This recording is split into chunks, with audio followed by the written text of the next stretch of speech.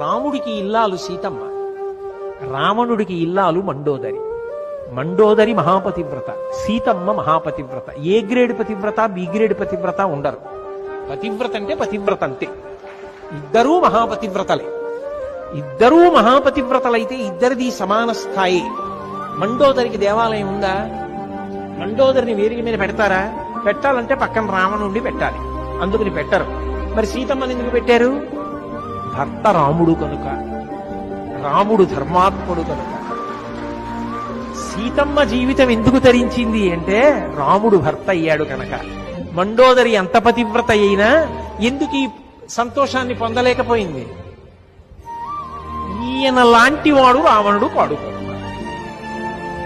అంటే ఇప్పుడు ఒక స్త్రీ ఎంత ఉత్తమురాలైనా ఆమె కీర్తికి కారణం ఎవరవుతున్నారు? పురుషుడు.